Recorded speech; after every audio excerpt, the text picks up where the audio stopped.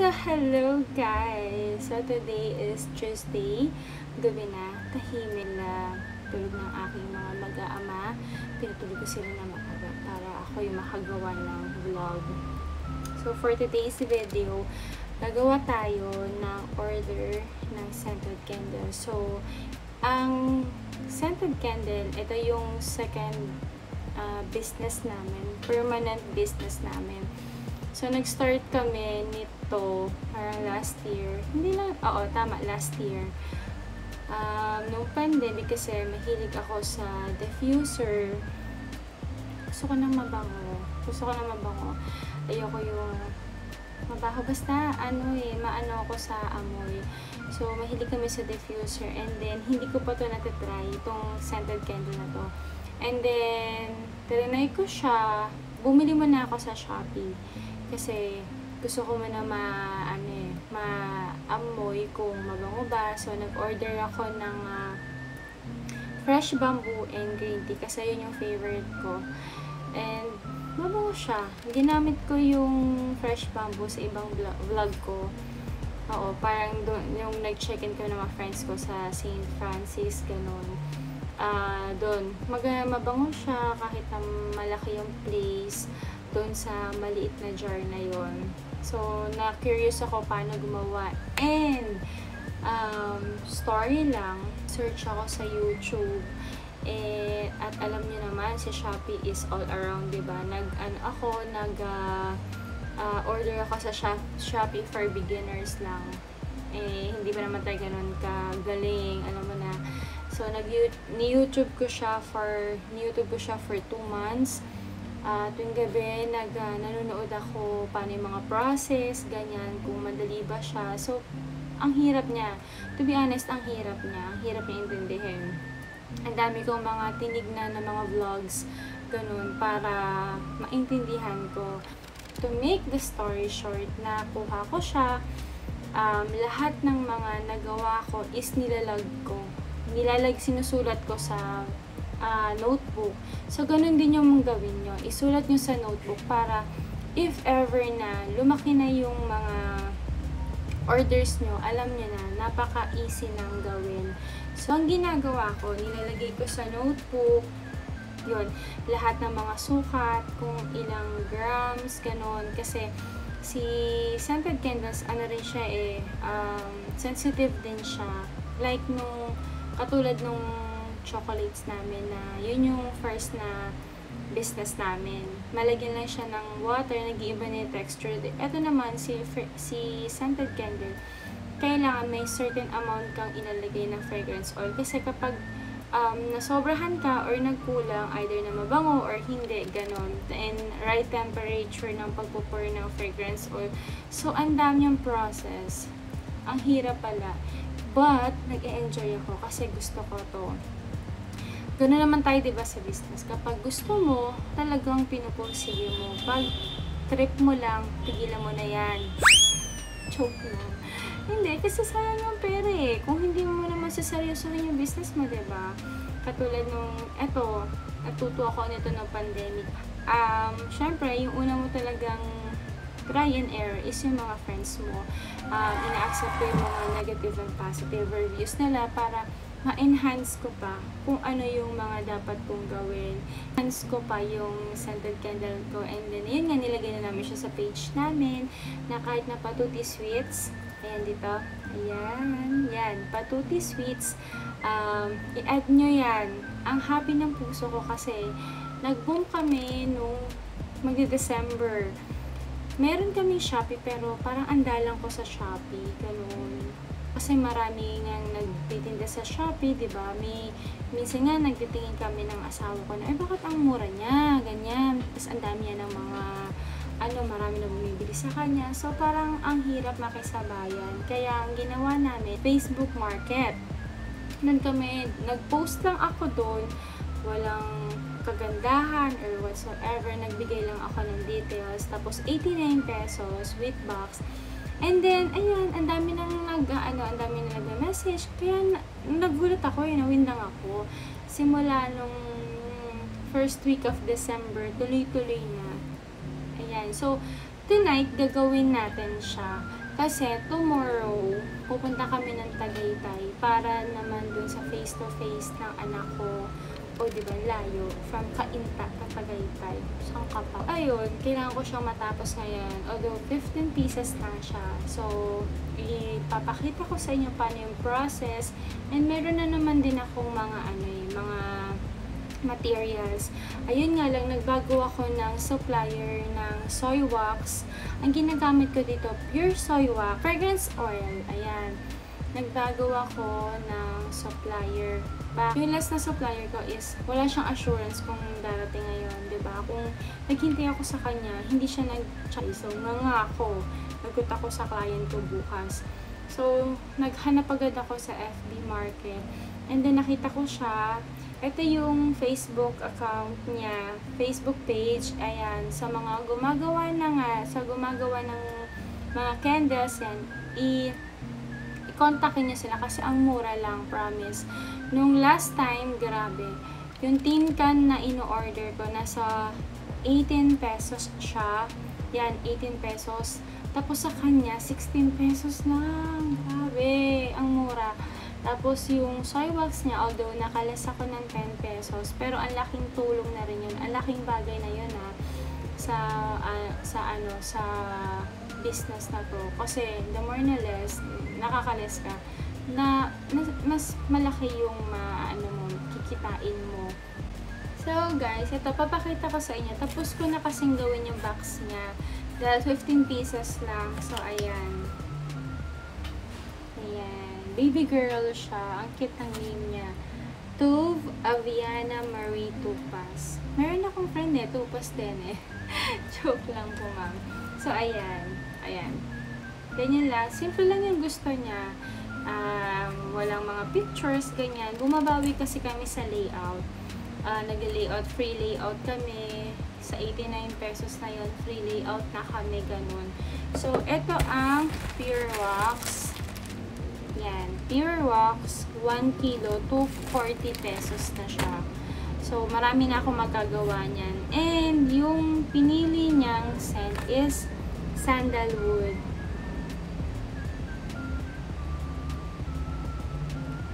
Hindi siya nag-focus. Ayan. So, sandalwood. So, i-link in ko yung kung saan ako bumibili ng mga fragrance oil ko, ilalagay ko sa description para kung gusto nyong bumili, dun ko na lang kayo i-advise na bumili.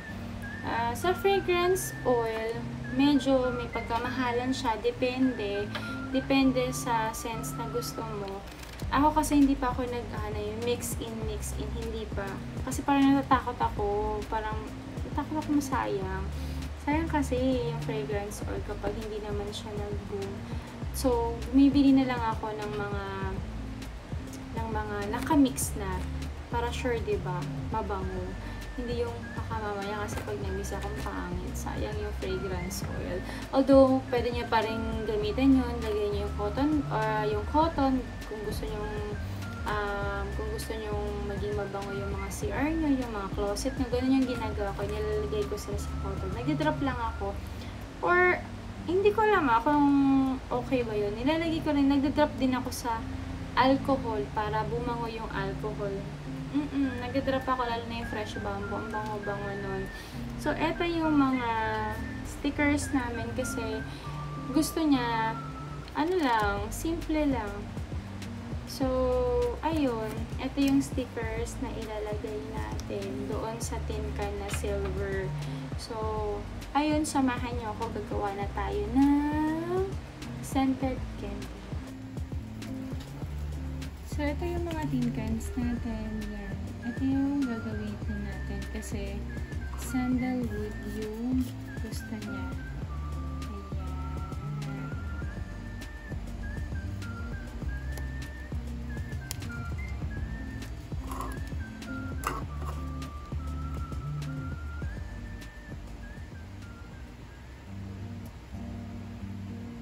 And by the way, na-sanitize na rin natin to. Lahat ng mga tin cans natin, bago natin lagyan ng mga soy wax, make sure na i-sanitize din natin syempre sa sa panahon ngayon, diba? Tapos, meron din siyang warning. Yan. So, ang warning niya, makikita mo dyan, to prevent fire, syempre, kandila pa din siya.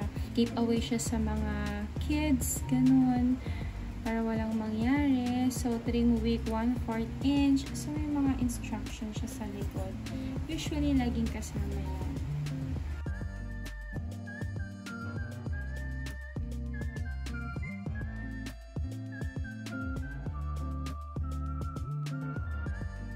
So, ang gagawin natin ngayon, maglalagay na tayo sa tin can ng mga wick. Soft wick yung ginagamit ko. Like ganyan, niready ko na siya. Marami na kasi akong ready nito para hindi na ako pag may orders, ganun, saka lang ako maglalagay. So, ang ginagawa ko, nagre-ready na ako. Tapos, ito yung sa 30 grams, ito lang yung mga sticker na nilalagay ko.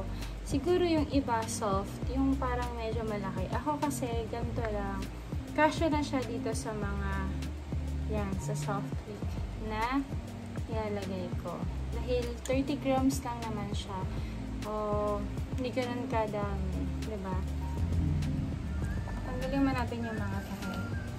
Hindi mo na ako kita para makita nyo kung paano ko nilalagay yung mga soft wick dito sa canvas namin. So, ganyan talaga kapag may business, medyo messy.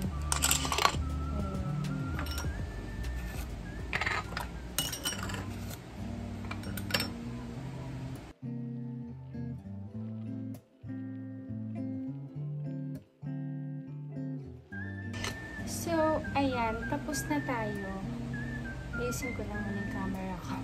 So, ayan, tapos na tayo maglagay ng mga soft wick. Ayan, soft wick dito sa mga tin cans ko. So, ngayon, titimbangin na natin yung soy wax. So, ito yung ginagamit ko. Ayan. Tapos, ito yung pang-stir ko sa ano. Tapos, pang coffee, no? Tapos, ito yung aking measurement. Ayan. Masyado siyang gamit na gamit sa akin. So, ayan. So, ilalagay ko lang yung soy wax. Ayan. Sorry, masyado magulo. Nalis ko lang. So, ngayon, ilalagay natin yung soy wax. Dito ko nilalagay yung mga soy wax ko. Malaman ko na, 1 kilo lang yung nilagay agad. So, lagay natin siya.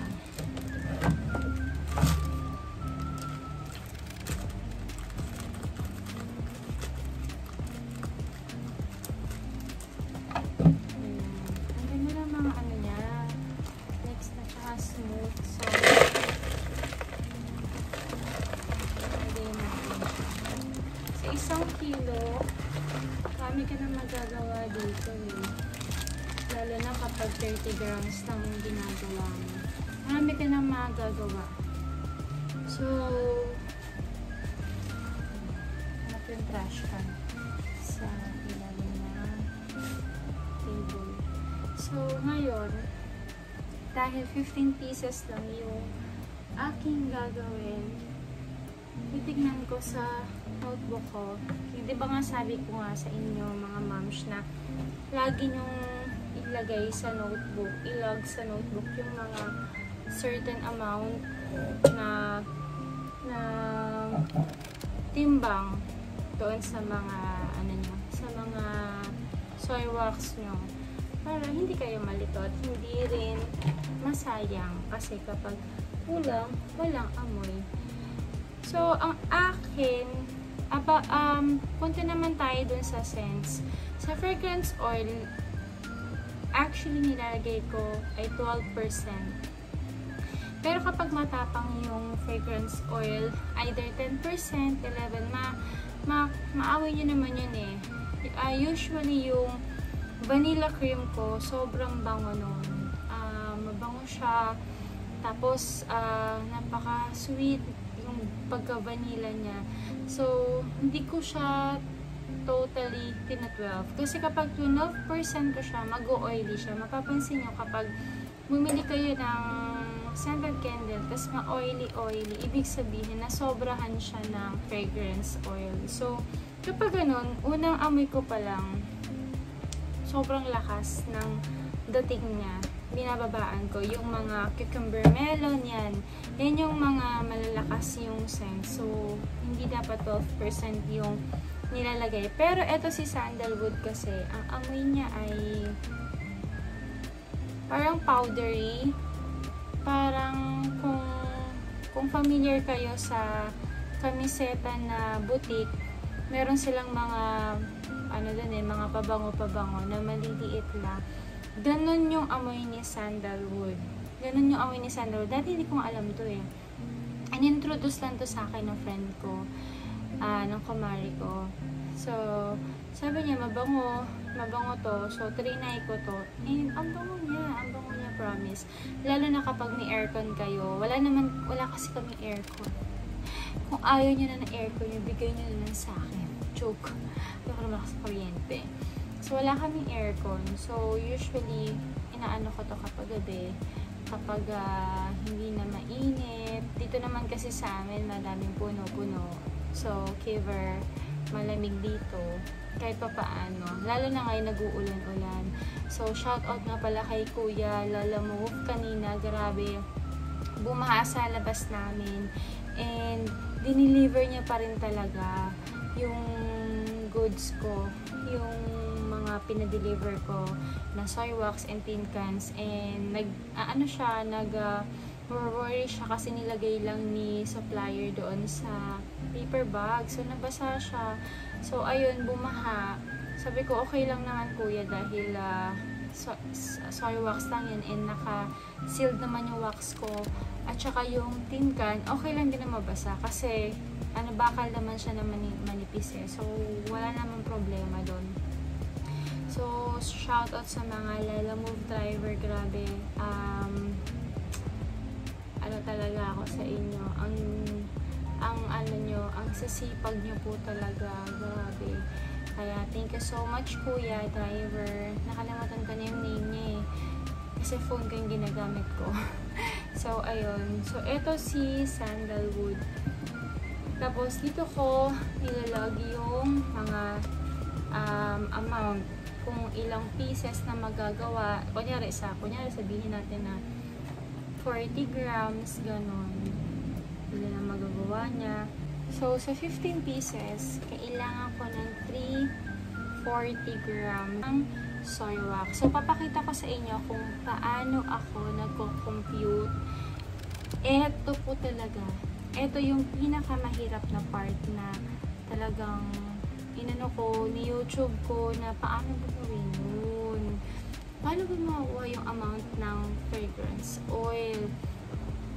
Ang tagal ko po doon, promise. Talagang every night, nagsisearch ako sa mga Pinoy vlogs kung may nag-vlog na mga Pinoy. So, makakatulong po talaga to.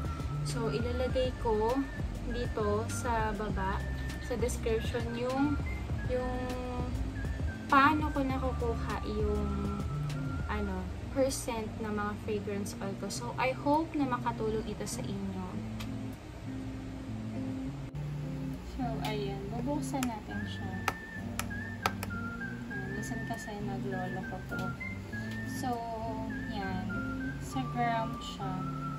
Sa gram siya nakalagay. Pag gusto nyo pinitin yung ounce, yan, ounce. Pero grams kasi yung ginagawa ko. Tapos, ilalatag natin to. Ayan. So, may makikita kayo meron agad. I-tear niya yan. Ay, tama. I know. I-tear. Yan. Ito ba ibig sabihin ng tear? Basta yan. Ni-YouTube ko lang din yan. I-YouTube nyo na lang din. So, ayan. Kailangan ko ng 340. So, ito aking soy wax. 340.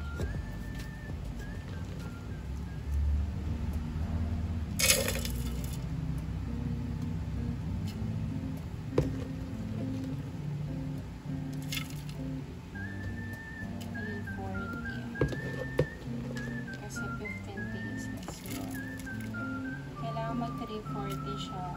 Walang labis, walang kulang. Pwede naman sumobra ng onte, pero wag naman yung sobrang sobra. Kasi, ayan, nag-3 ano na siya. So, ayan, sumakto siya ng 340. Okay, so tanggalin na natin yan. Ngayon naman, kukunin natin yung fragrance oil. Meron na kasi akong meron na kakapi. Ito yung nilalagyan ko ng fragrance oil. Ayan. Mabango siya. So, pag nilatag mo siya, meron na siyang bigat. So, click nyo ulit yung tear para maging 0 siya. So, ang fragrance oil niya sa 15 pieces ay 37 grams. So, open natin to si Sandalwood.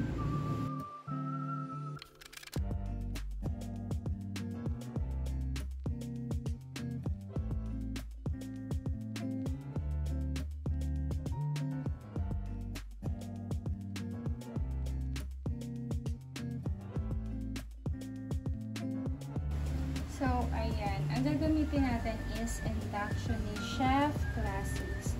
So, Chef Classics, baka naman. So, ayan. May water na yan.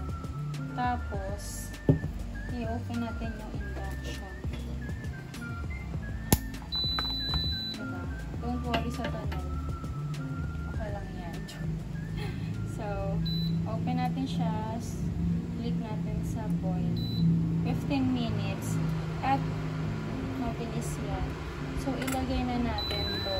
Sayang kasi yung init.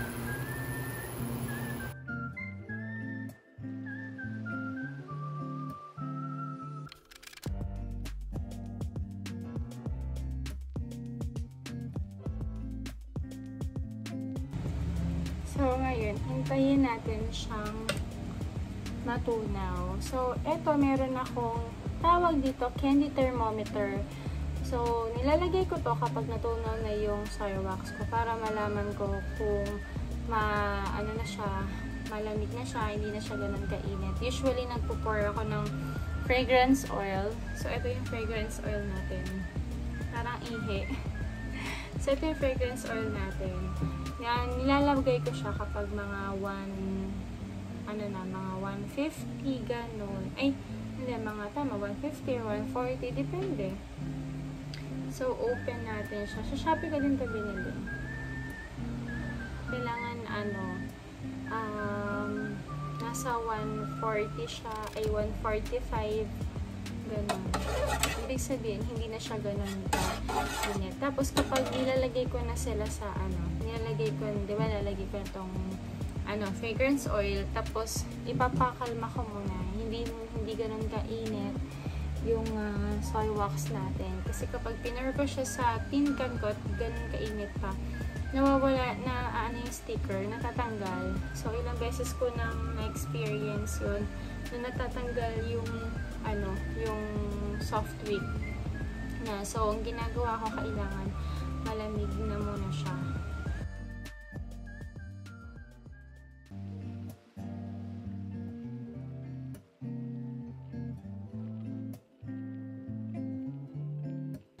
So, ayan, halo-haloin lang natin yung fragrance oil. Ito siya na face ko. Fragrance oil. Para mag-mix talaga siya. Kasi kapag hindi niya siya hinalo ng maigi, yung iba kasi, nababasa ko. Kasi, sumali din ako sa group ng mga gumagawa ng candle sa Facebook. Usually, nag-sharing kami doon. Tapos, bibigay ng mga ideas, ganito, or kung may mga naghahanap ng mga souvenirs, ganito, doon nagpo-post. Sila, usually, hindi nagbe-blend yung fragrance oil nila. Sometimes, kasi masyado pang mainit para ilagay, or malamig na bago nila nilagay. So, may mga ganun instances na mga nangyayari. Kaya nga siya very sensitive Sensitive siya. Madali lang siyang gawin, di ba? Kasi parang, pagtutunan ka lang naman dyan ng kandila Pero akala ko din dati, kasi gumawa na rin kami nito nung high school kami. Pero, parang yung lang yun yung transparent. Nabili ko pa siya sa Divisoria. So, gumawa na kami nito. And, iba. Kasi hindi naman yun soy wax eh. Paraffin wax yun. Paraffin wax yun. Yun yung mga ginagawang kandila, ganun, sa mga simbahan, sa binyag. Yun yung mga ginagawa. Kasi, mura lang yan eh. Unlike dito, parang sa paraffin, 170, 150, depende ang isang kilo eh. Depende, ganun. Kasi basta mura lang siya. Yun naman yung mga ginagawang bubble candle, ganun. Kasi si bubble candle, hindi mo siya pwedeng gawin. Hindi mo siya pwedeng gawin na pure soy wax. Kasi malambot si soy wax eh. Malambot siya. So, kailangan siya ng paraffin, ganyan. Tapos, syempre, may mga colors.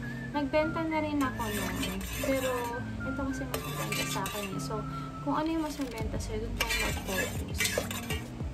Okay.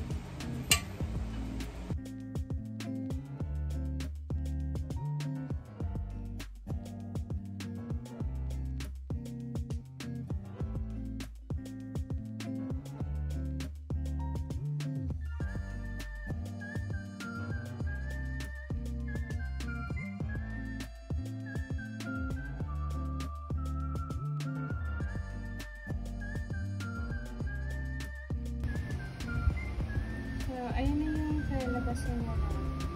Papatigasin na lang natin sila hanggang tomorrow. Tapos tomorrow, pagising natin, ayan, i-heat gun ulit natin sila para maging smooth yung taas nila. So, ayun mga moms, sana nakatulong ako sa mga na-inspire ko na gumawa ng candles. Sobrang dali lang ito. Na alaman nyo na yung mga process, talagang napakadali niya lang gawin. So, malaki yung kikitain nyo dito. Lalo na kapag mga December, ganon. So, siya eh, para sa akin, yung mga umorder kasi sa akin, usually mga pang-gift nila, na as in talagang order now, book tomorrow, ganon. Ganyan, oo. Tapos may mga effort pa ako, nilalagyan ko ng mga names, ganun, kung sino yung mga bibigyan nila. Siyempre, para makita talaga na pinag-efforted talaga na magbibigay ng gift sa kanila. So, yun. Thank you for watching. So, kung bago ka lang dito sa channel ko, please like and subscribe to my channel para maging updating kayo more on mga travels, coffee shop, coffee vlog, ganun. So, doon lang tatakbo yung channel natin. So, thank you so much for watching and I hope na may mga na-inspire ko or nagkaroon kayo ng ideas for making a scented candle. So, thank you. Goodbye!